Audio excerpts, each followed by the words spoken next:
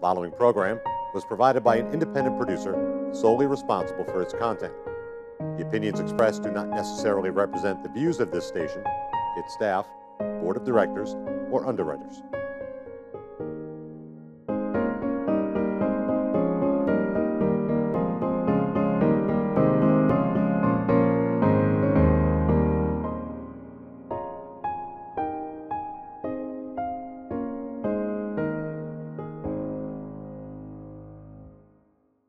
Hello and welcome to another edition of our program, CHW in Action, with your host, your CHW, Rafael Calderon.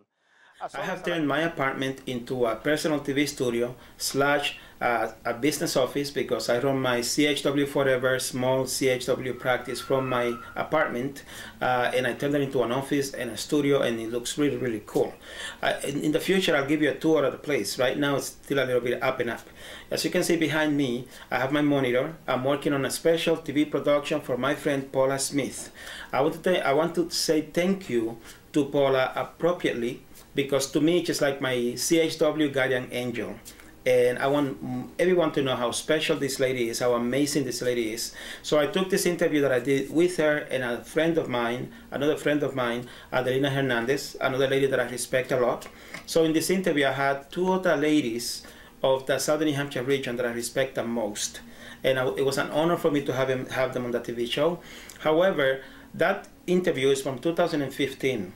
You'll see that the background is a building of a lovely place where I used to work. And you'll see that I didn't have any lower thirds, like names and titles at the beginning, because I was so anxious to get my TV show going in those days that I did not give Access Natural a proper time to set up lower thirds for me, those names and titles like you saw at the beginning, Rafael Calderon's host of CHW. I didn't have that then. So I want to bring Paula back, and I will bring Adelina back, but I specifically want to bring Paula back because I want to say thank you properly. So let me share with you this interview of these two great ladies and my CHW guardian angel, Paula Smith, and you will see why I respect these ladies so much. Hello, welcome to another edition of our program, CHW in Action, with your host, Rafael Calderon.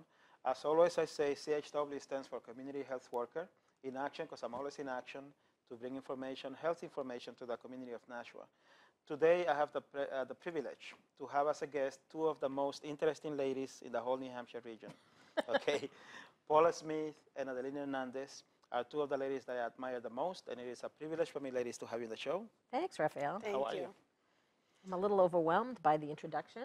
No, you are an amazing lady. Thank you. Tell us about yourself. About myself.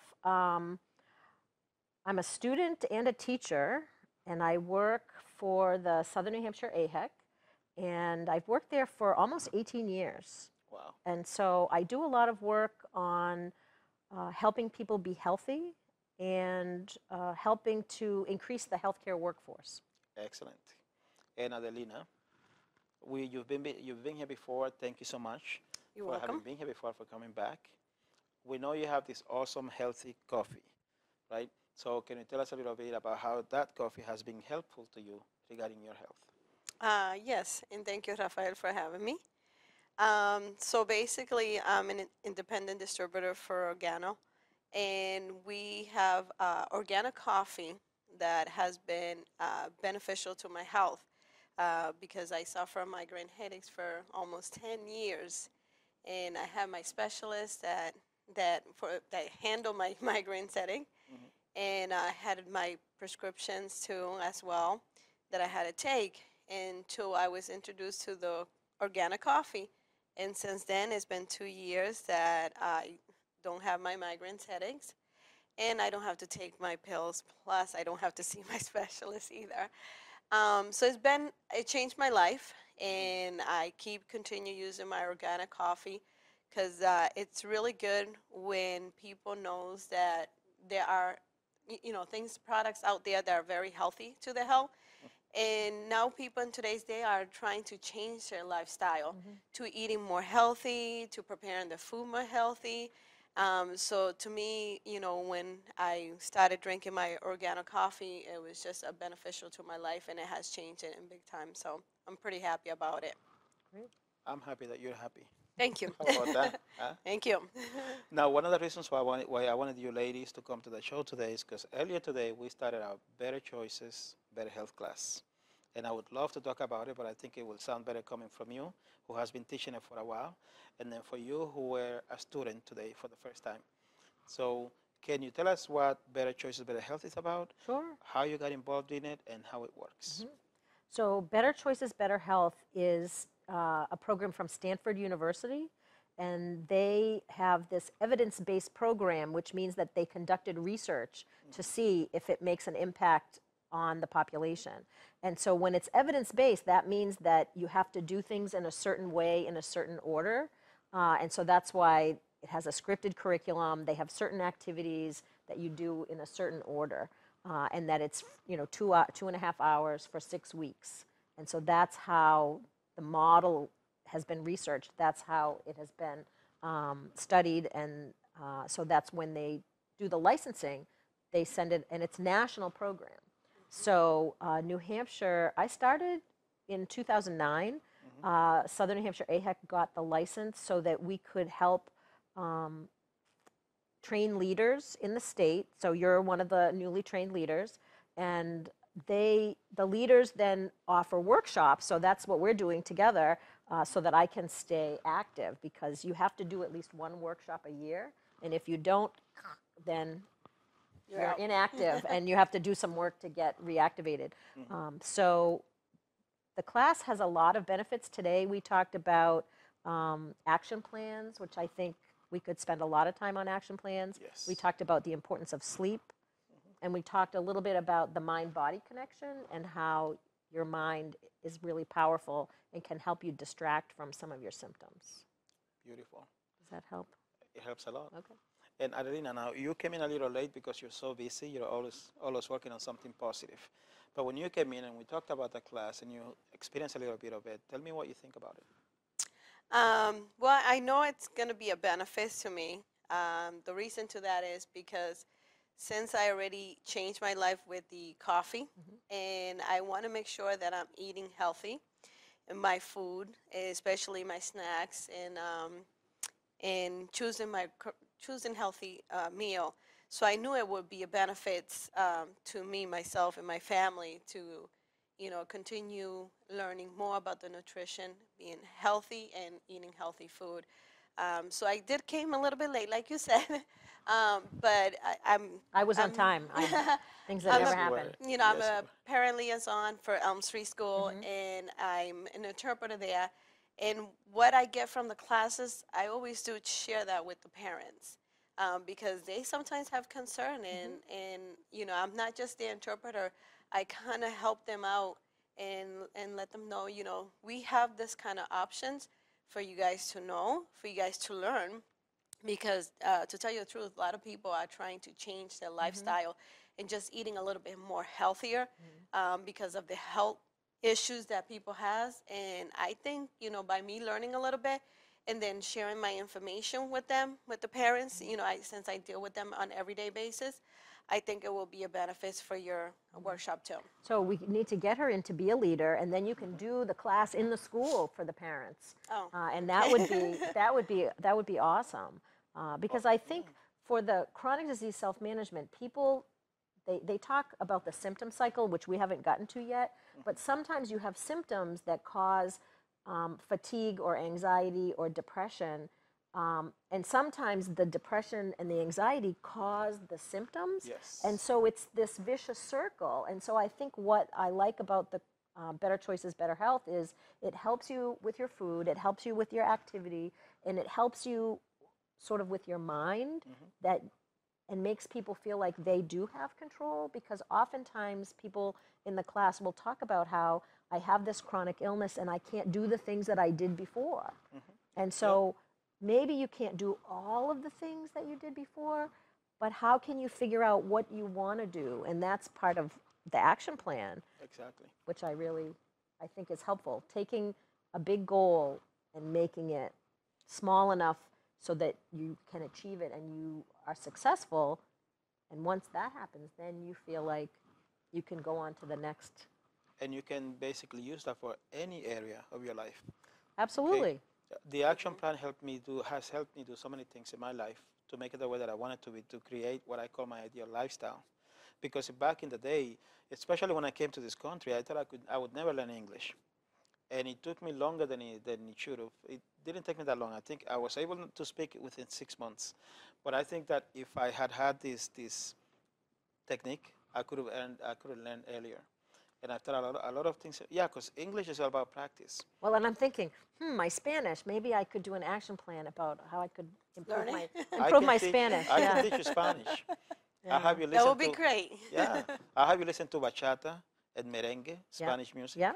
I'll hook you up with Adelina here so she can take you places where you are forced to speak Spanish.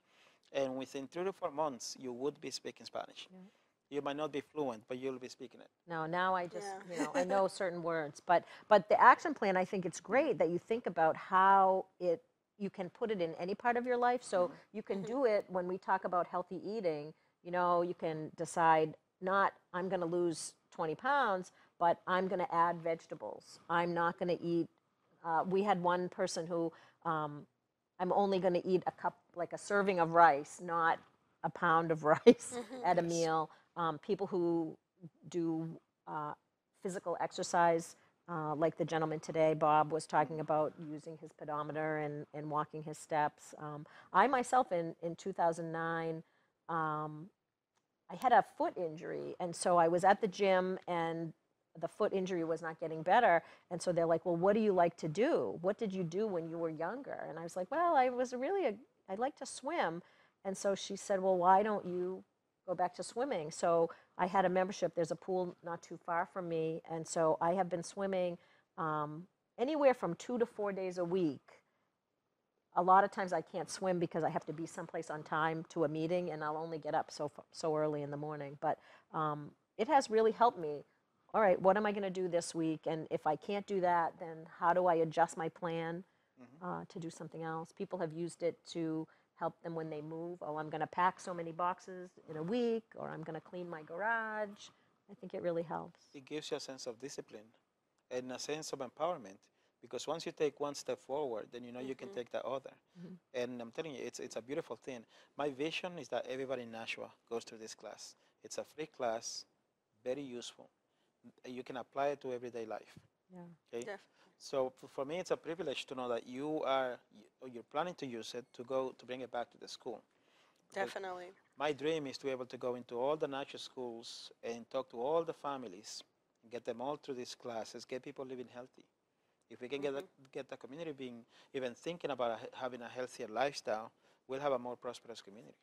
I agree with you. I think that also empowering people so that they understand that they have a choice, because sometimes they have so many things going on that it's overwhelming. And so when you break it down into the action plan and you think about, all right, what do you want to do this week? It doesn't have to be, everything. And you think about what do I want to do? How often am I going to do it? How much am I going to do? When am I going to do it? And then to me, the confidence interval is the most important piece, because on a scale of 1 to 10, if you have a 10, that's great. That means nothing's going to stop you. But if you have a 5, then that's something wrong with your goal. Yes. And so I really like the way that works. So I'm hoping that we can envision your dream. We can make that happen and figure out how to get the classes out to the community. So we need more people who are willing to be leaders so that they can go out and do the teaching. That's a hint for you. Oh, Yeah, thank you. No pressure. No, I mean, I like the idea when you guys were doing the action plan, because what you set yourself as goals, you most likely accomplish them and you stick to them, because you're writing in a piece of paper, but you know that you have set something for yourself. And when I was, reading, the information about setting my action plan, I was thinking, I can do something like this with the students, because some parents has informed me my son, my daughter are overweight, and how can I get them to be involved in activity?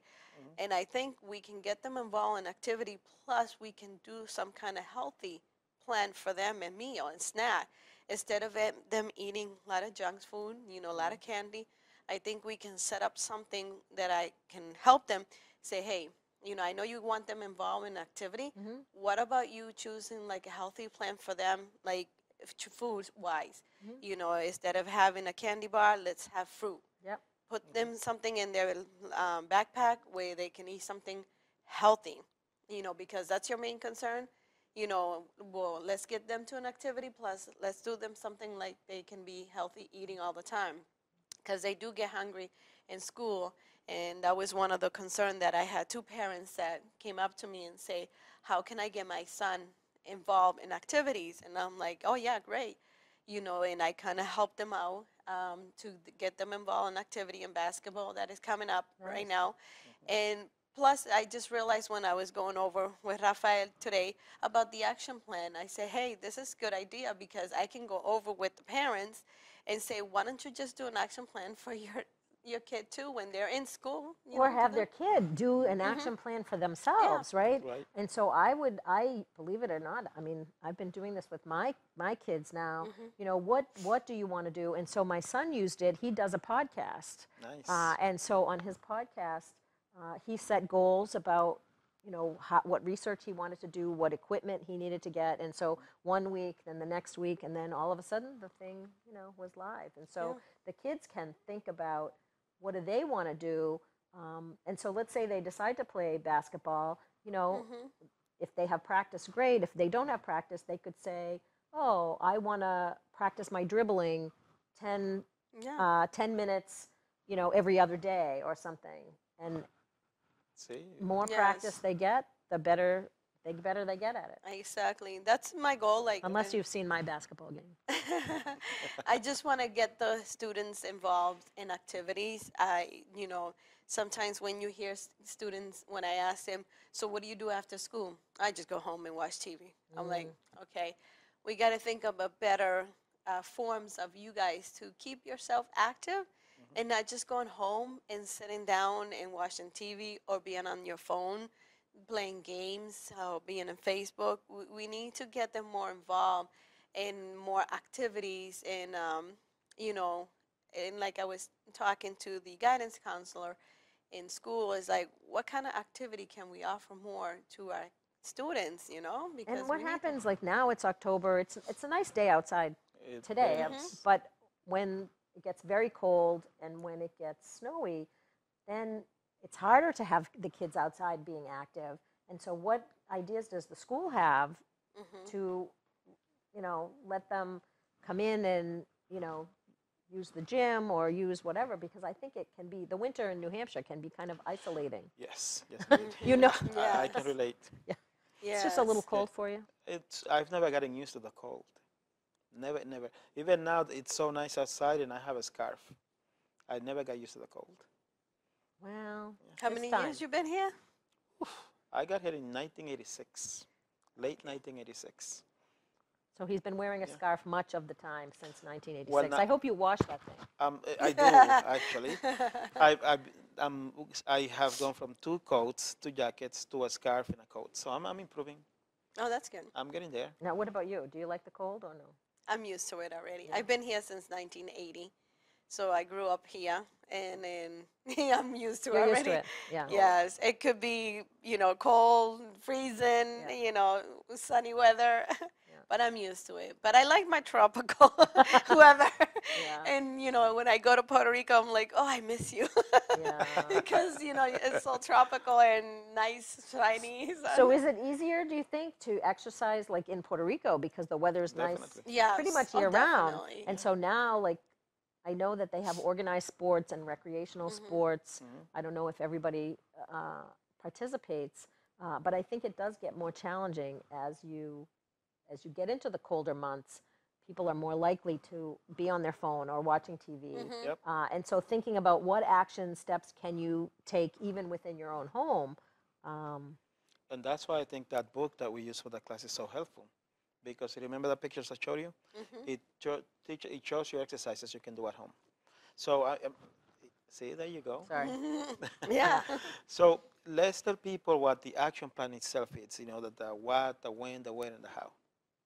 Yeah, so you pretty much got it. So the action plan is it's what do you want to do, and it should be something that you want to do for yourself. It's not your husband saying, go and do this, or, you know, and it can be something that you feel like you need to do, but the action plan is more about something that you want to do, at least for the class, because we want you to have success.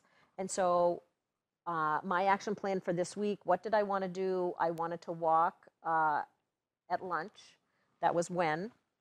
Around my building, if you go 6 times, it's a mile, and it takes about 20 minutes, I would say, so it fits into the lunch. So 3 times a week, that's my action plan.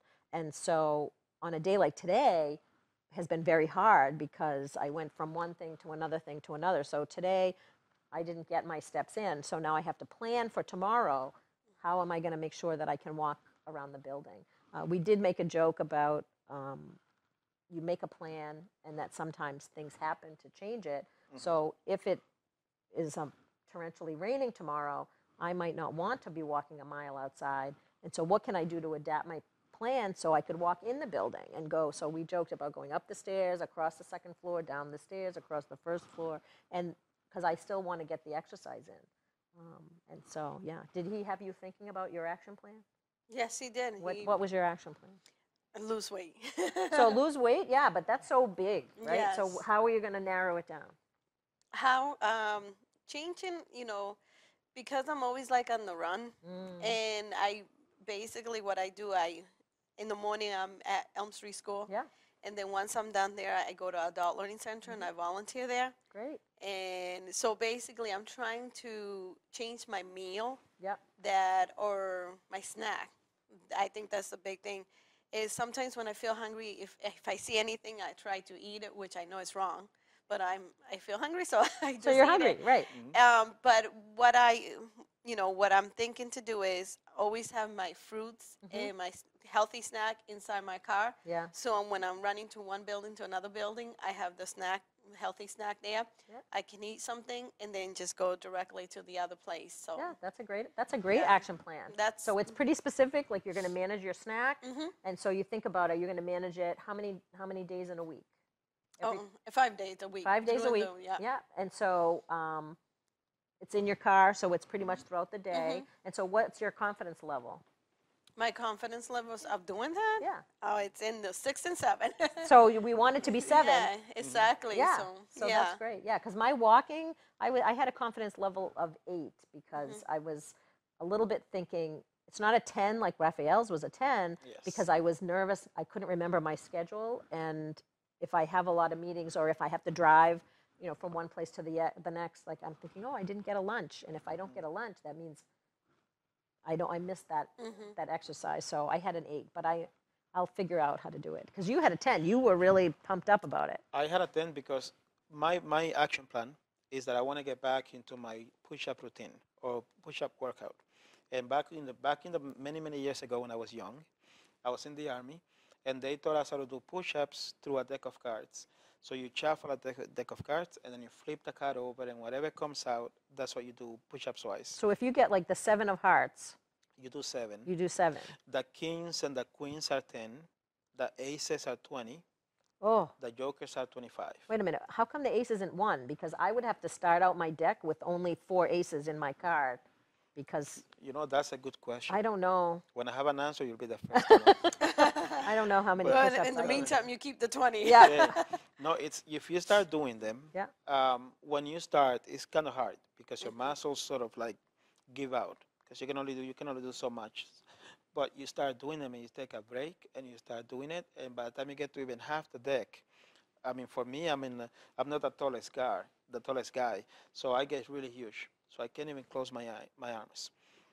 I guess I don't want to say that I get pumped, but they work. And by the time you get to the half of the deck, you feel your blood pumping, you have a lot of energy.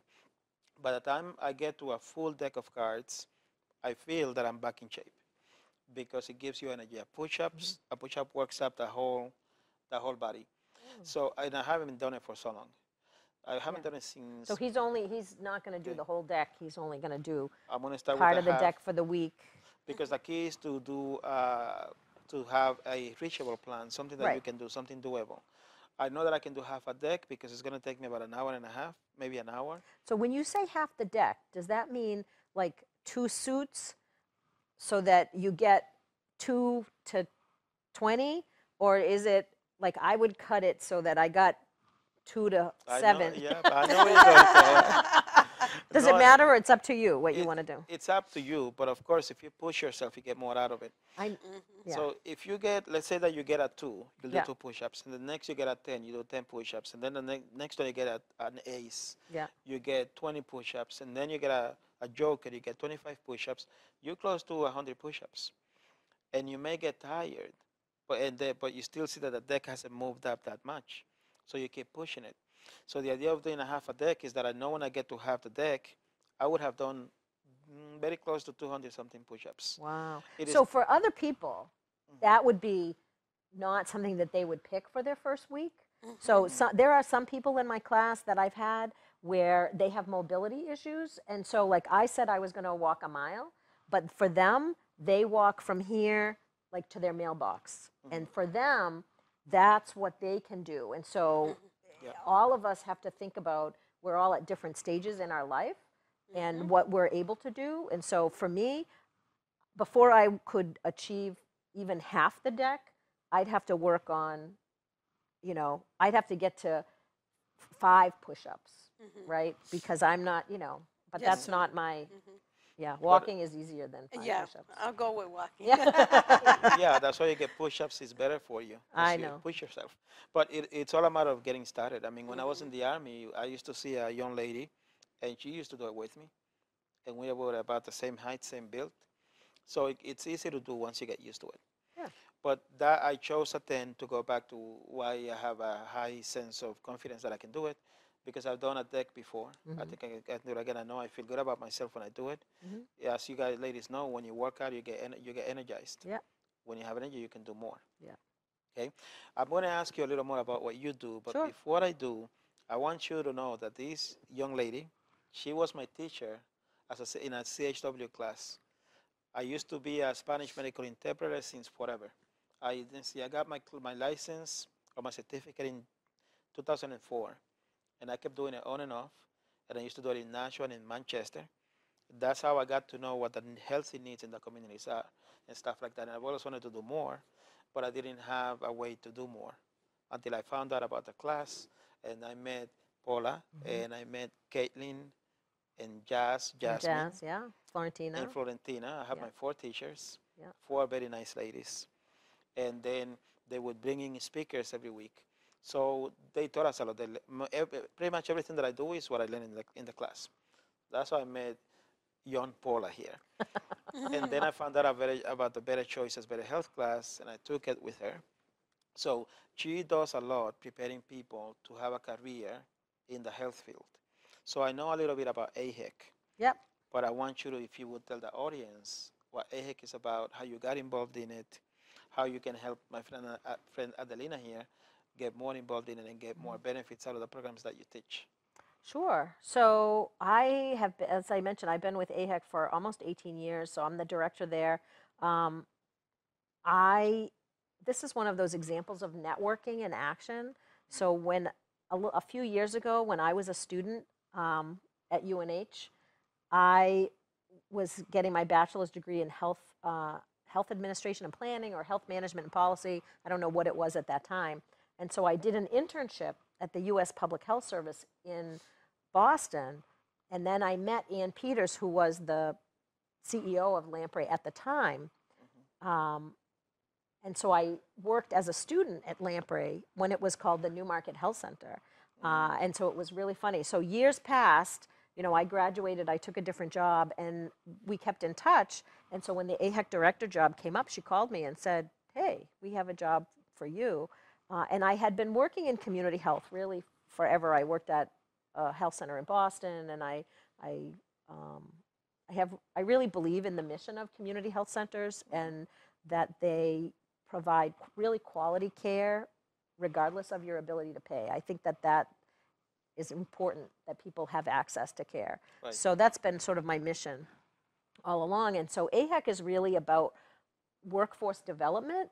And so we train health professionals So doctors, nurses, medical assistants, respiratory therapists, dietitians, so that they can keep their skills current. And because there's always new things coming out, you know, what's new in diabetes medications, how do you manage asthma? We taught a facilitation class last week about working in groups.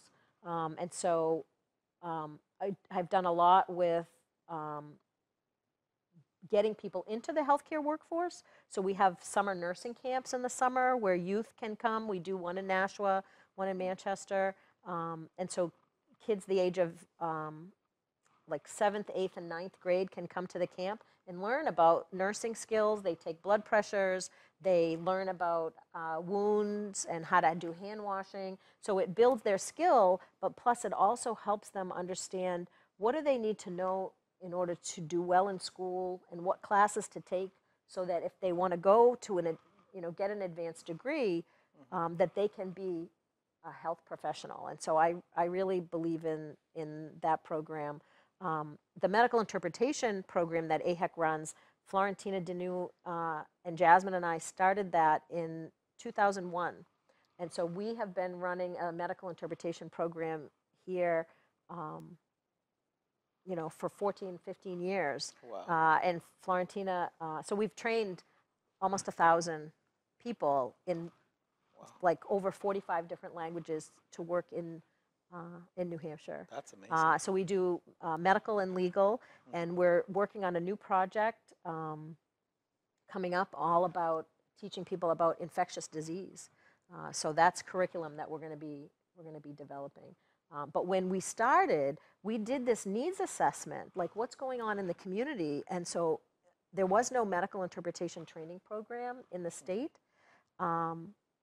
And there were people in the community who had been discharged from the hospital, and they didn't know, they had surgery, but they didn't know what organ was missing. Really? And Wow. So there were all of these things. We did the surveys about what's going on and how do you feel. And so that's why we wrote a grant and we got some funding to start the program and have sustained it over the years, really to meet the community's need for communication about your healthcare issues. My goodness, I appreciate what you guys do. Yeah, yeah. And then community health workers is another thing that we've been doing more recently, the last probably 3 years. As a member of the healthcare team, sometimes the medical establishment isn't really in touch with the community. And so community health workers are people of the community who really understand the community and they understand the healthcare system so they can help people navigate and get the services that they need. So it sounds like some of what you do already in the school system is like what a community health worker does. You know, linking people to resources, whether it's school activities or fuel assistance or the food bank or things like that. You would be an excellent community health worker. Yeah, I mean, and you probably are one, right? That's part of the challenge in New Hampshire is we have a lot of people who do this role, but they don't necessarily see themselves with that title. True. You know that we have touching on that because there's one of our doctors, Dr. Basuki Nagarash, who's very, very in touch with the community. He's one of the best doctors I've ever met. On Friday, he's going to be given an award. I think it's from New Hampshire Healthy Families. How awesome! Yeah, I mean, he's a really cool guy. He actually, when I used to go to places when I started this job, I would go to places and tell them, you know, I'm from Lamprey, I'm a community health worker, I'm here to help you, you know, make people healthier. And they would say, well, you know, what does Lamprey do? So I went to him and I told him that if you'd like to make a video explaining what Lamprey is and what Lamprey does, can I show it to you ladies? Sure. Well, I'm going to show it to the audience. Oh, show it to the audience, absolutely. Yes. But I'm going to show it, I'm going to put it into this segment so that we can see that and people can see why he's getting this award. So ladies and the audience, here's Dr. Basuki Nagarash. Yay, Basuki.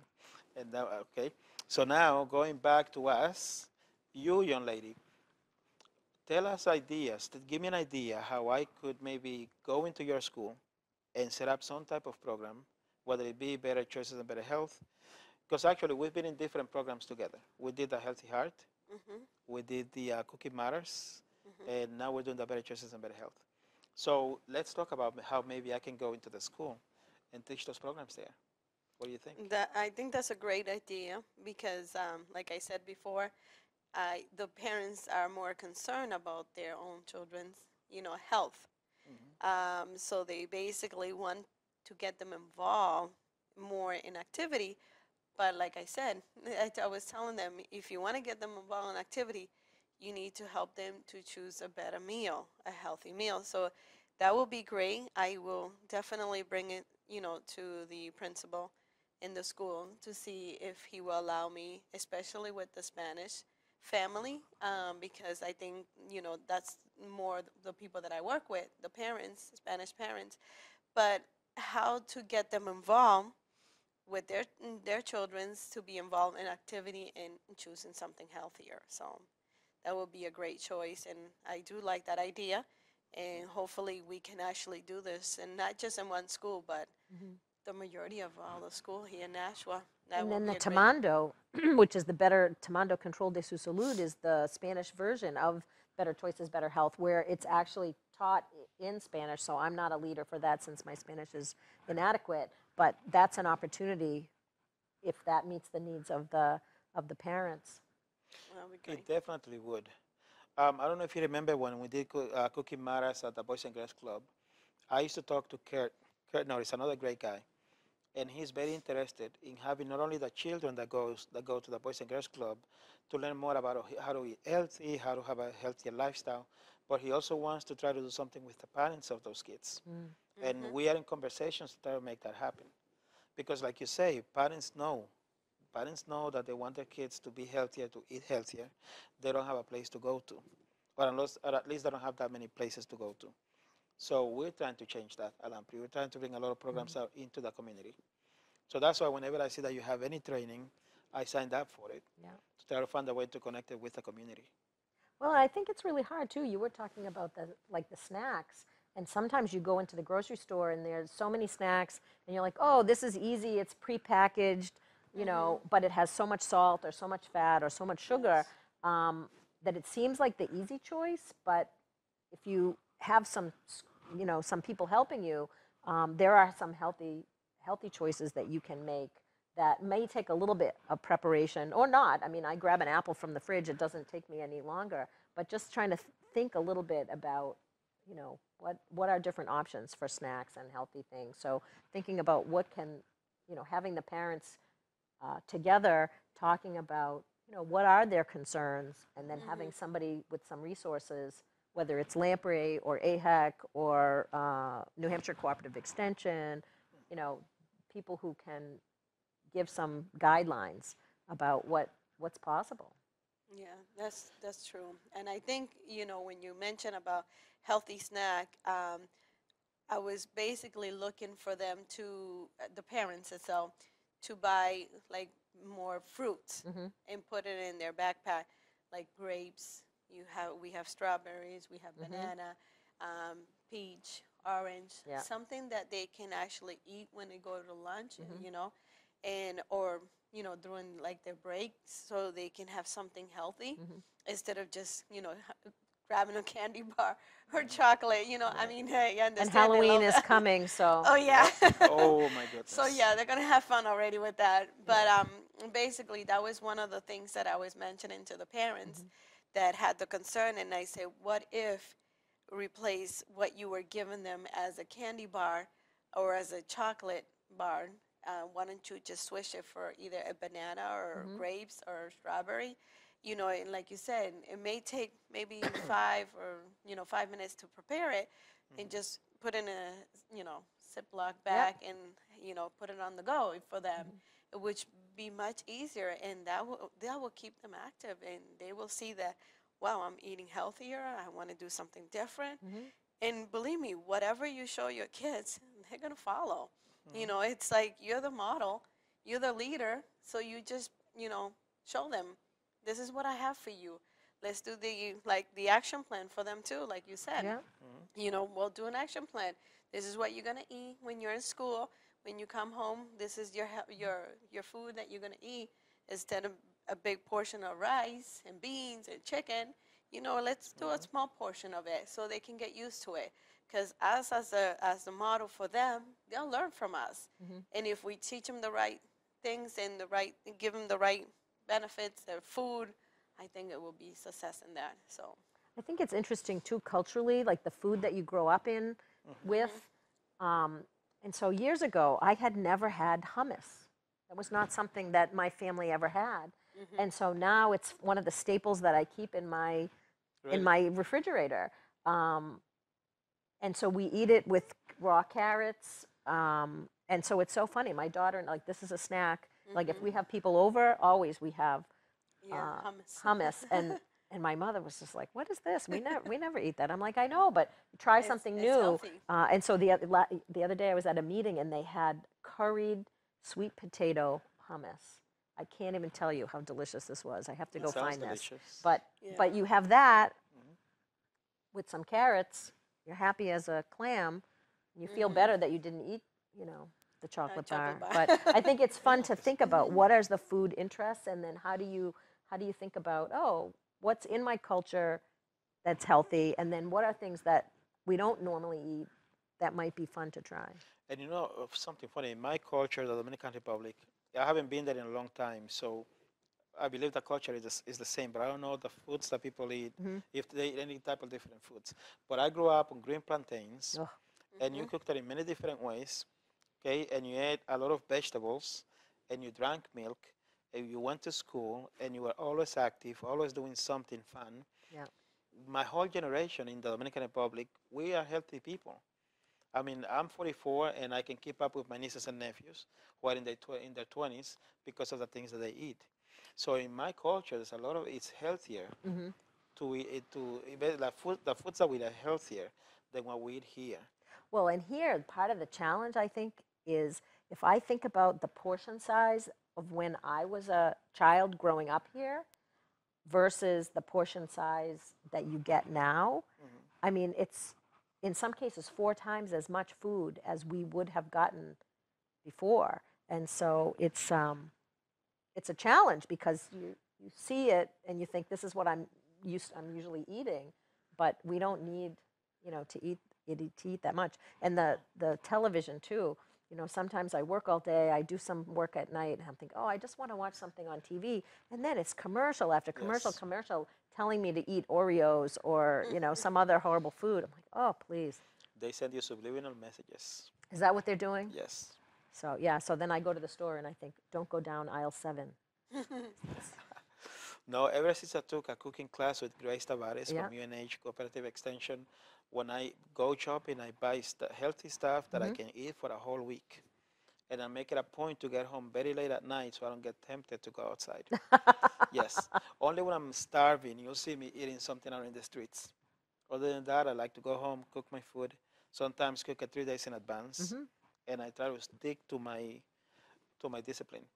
Well, it's like what you said. If you cook 3 days in advance, then when you're in a rush and you're coming home, you don't have time necessarily tonight to cook a whole meal. But if you have some food, like you can something done already, then it makes it easier to make the choices, I think. So we have a lot of health information.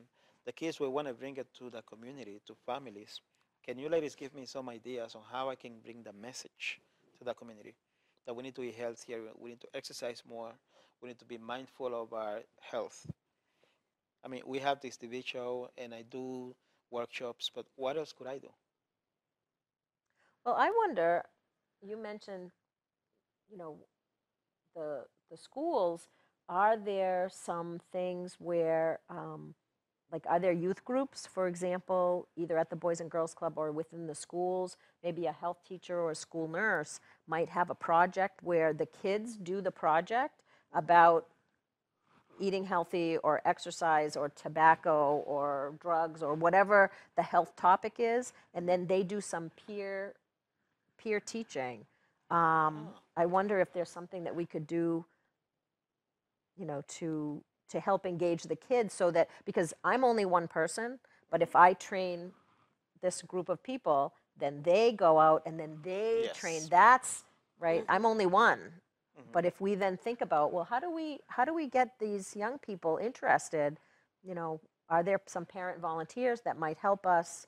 Because there's some models of youth, I don't know, coalitions or youth groups, and some of them use media. Like, how do you use the media to get your message out? So that might be, nice. I don't know, we could think about that. Yeah, something to look into. What about you? Do you have any ideas? No, I think that sounds like a good plan.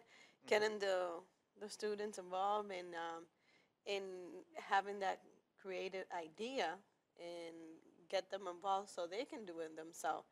And that will be like a big different ways of them viewing it, you know, like, oh, wait a minute, I got to do this, you know? So I think that the more you give them as a responsibility, I look at it as a responsibility to them. I think, you know, like you said, like a project, I think they will get more involved, and I think they will, as the parents, get involved too, you know, by having them do the project themselves. What can we do different? How to get involved in activity? How to eat more healthy? What, you know, give them that as an option so they can come up with something, and they're bright. Right, and then they will do it. It's one thing if I say to somebody, eat healthy or exercise, but it's different when you're doing the research and then you absorb the message yourself, and then you're talking to your peers. I think it's different than if a grown-up adult says something. You know, sometimes if you say something, the kids are like, I don't want to do it. Right. But the other idea I have is, you know, we have some academic institutions in our community who have health professions, like the nursing students at Rivier University or at Nashua Community College, and they're always looking for service learning opportunities. And so it may be, whether it's through One Greater Nashua or another group, that we could bring people together and think about, you know, is there some sort of a health fair we could do for youth where they could get involved and they could do, you know, some research and some teaching to get the word out. I'd really like them to not only know about how to take care of themselves, but think about what do they want to be when they grow up. Because we need a healthcare workforce. We need people to take care of me when I get old. And so, you know, how do we, you know, we have the summer camp, but it's not a lot of kids. And so I think about, you know, how would we do something to get people interested in? I have an idea. Yeah.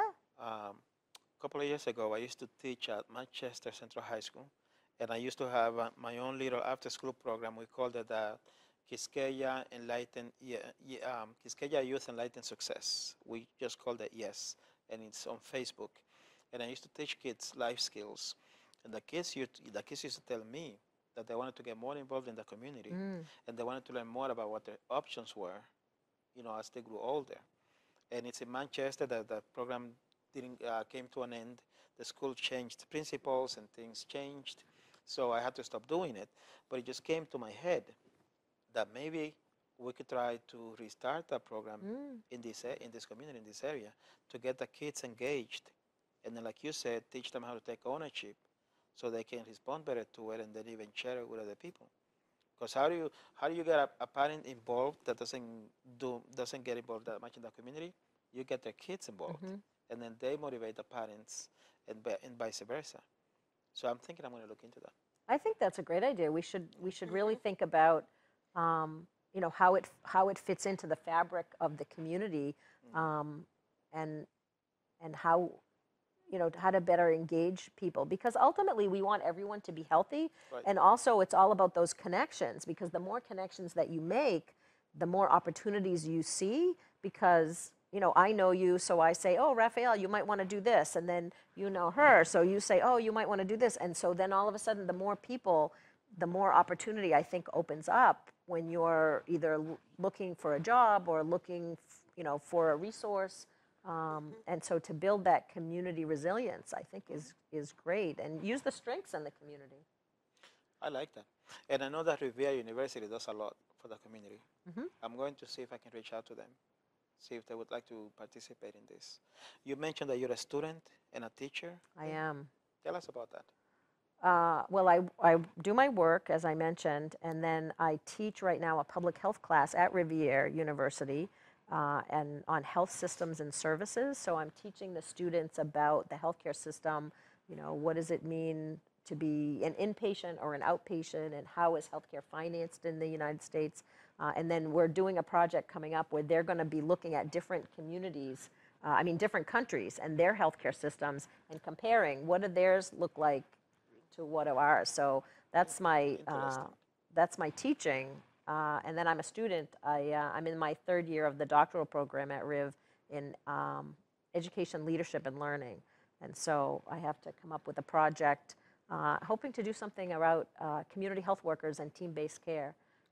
That's what I'm thinking about. So, you know, I keep myself busy I can see. between walking around my building at lunch, doing some That's good. homework. Yeah. See, I told you, this lady is amazing. When I grow up, I want to be just like you. No, you can be more. You can be more than I am. I don't know Yeah. about that. Yeah, but I really think like I'm getting this doctorate in education because I really feel like the more I can influence and help other people reach their potential, then they then go and touch more people. And I feel like that's sort of an impact that I had. I recently have had 2 people that have been involved with me over time. One of them just got her nursing license in Massachusetts and New Hampshire.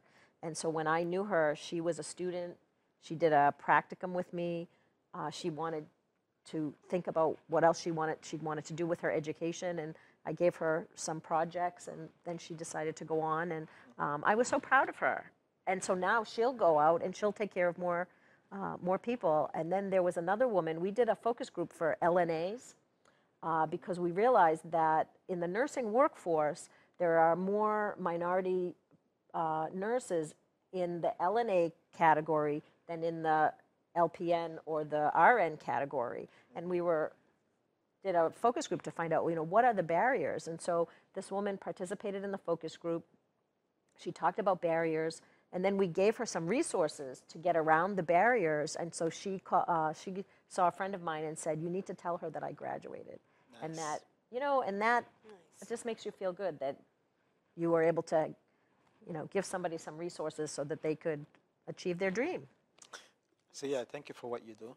You two have a lot in common because you do a lot for people too. I remember when we had that last Greater Nashua Million Hearts workshops, and you were talking to the ladies in Planned Parenthood about how people come to you, or you talk to people that are having health problems. Can you tell us a little bit about that, how you help people in that community? With their health issue? And in general, how to become better people, how to grow as human beings? Well, you know, like he said, I get involved with the community. I think it's, you know, as me being bilingual, I've been helping like a lot of people in Spanish because sometimes they don't understand or don't know where to get what, you know, benefits them, and helping themselves to get involved too. And encourage them, you know, like, you know, you can do this even though your English is not that perfect, but you can also participate and also volunteer and do things for yourself, for your health, and get involved with the community too.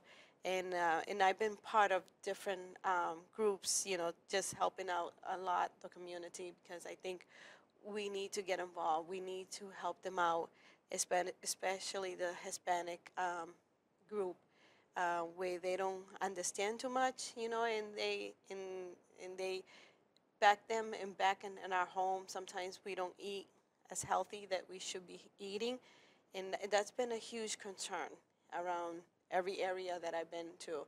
And I think that me getting involved with a lot of nutrition classes and healthy classes, that's, you know, I'm educating myself so I can educate others. But I like the idea of getting more people involved. You know, what I learned from you guys in your classes, you know, I would like to encourage other people to participate and to get them involved, because it will benefit them. So it's good when you have a bilingual person to lead the class. You know, Rafael, you know, he speaks Spanish, so he can lead a class in Spanish, and that will help them too, just to understand everything that he mentions in, you know, in his classes, And that's why I like to encourage people, say, hey, it's not about English only. We can talk to you in Spanish, but one of the things that I ask them to do is try your best in learning in English, because, you know, you have to kind of force yourself to learn it and just to understand what's going on. But, you know, he does a great job helping out the community too. And, you know, and that's how I got involved. I got involved because I saw that need, that a lot of people need, you know, help, but they don't know where to get it or where to go. And I think this is great things that you guys are doing, providing classes like this and getting the community involved, especially the Latino, Hispanic people. Get them involved. You know, they will get involved as long as they understand, you know, what they're doing. And I've been blessed with that. And like I said, I will continue encourage them to participate, and hopefully we can make more better, you know, workshop that you can get more people involved. You know, you can make like a Spanish, you know, people class, you know. And Yeah, because there is a Better Choices, Better Health version, which is the Tamando, and so our plan is to, there's a training in January, and so if we can make sure he has the time to take the training, now we have some little pot of money to help with that, then you'll be, I mean, I can't co-teach with you because my Spanish is not worthy. Not by January, but we're gonna. We can teach him. Believe me, he'll be your instructor. He can teach you. But I think teach you. it's important to be able to talk with people where they are, and that I think it's important if they're learning English, you know. But for some of the health information, it's hard enough. It's complex enough. Oh, yes. Like, learn it in your own language so that then you can apply it, and then learn what it means in English. Yep. I think, you know, how hard it would be to really understand. It's funny, we talk about lifestyle changes all the time in English. And a friend of mine who speaks Spanish is like, yeah, that's not really easily translated. We don't really have that. It's not a word. It's more of a concept. And so where we say, oh yeah, lifestyle management or lifestyle change, and she says, I'm like, what are you doing? She goes, well, it takes this long just to say it. And I was like, oh, okay. Exactly. Because you know, I don't know. It's an awesome point. We're coming to the end of our program. Okay. And this is so much fun that time just flew by. Yeah. So I'd like to start with you. You are the student here, our student, and eventually you'll become a teacher. So yeah, that's where our goal is now. Yes, you will We've got evolve. multiple goals Leader. going on. Okay.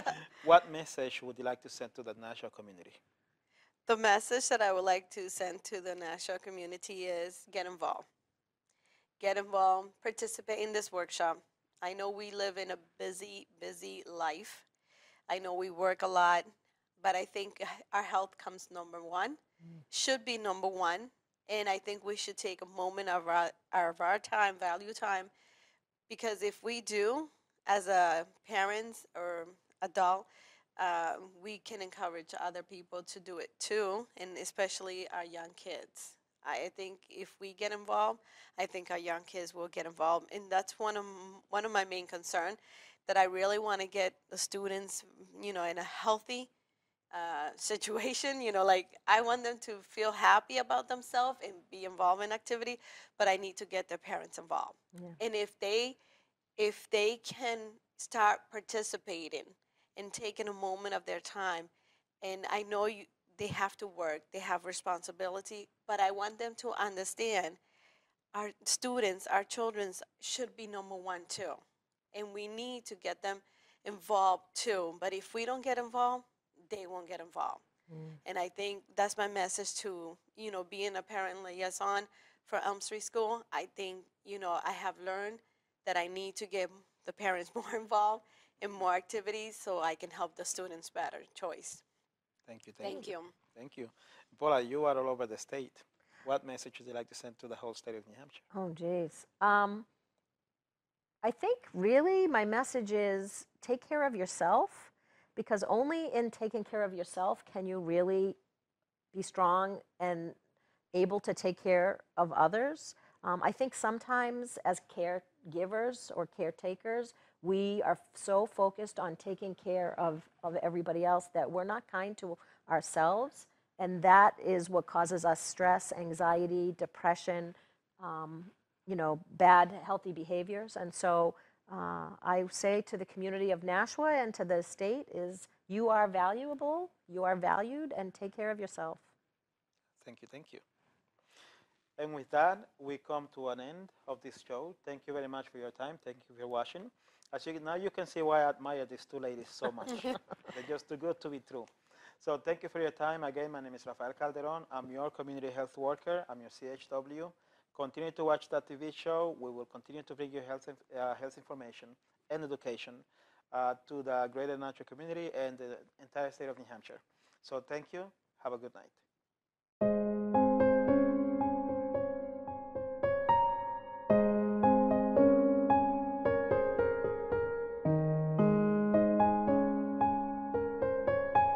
The preceding program was provided by an independent producer solely responsible for its content. The opinions expressed do not necessarily represent the views of this station, its staff, board of directors, or underwriters.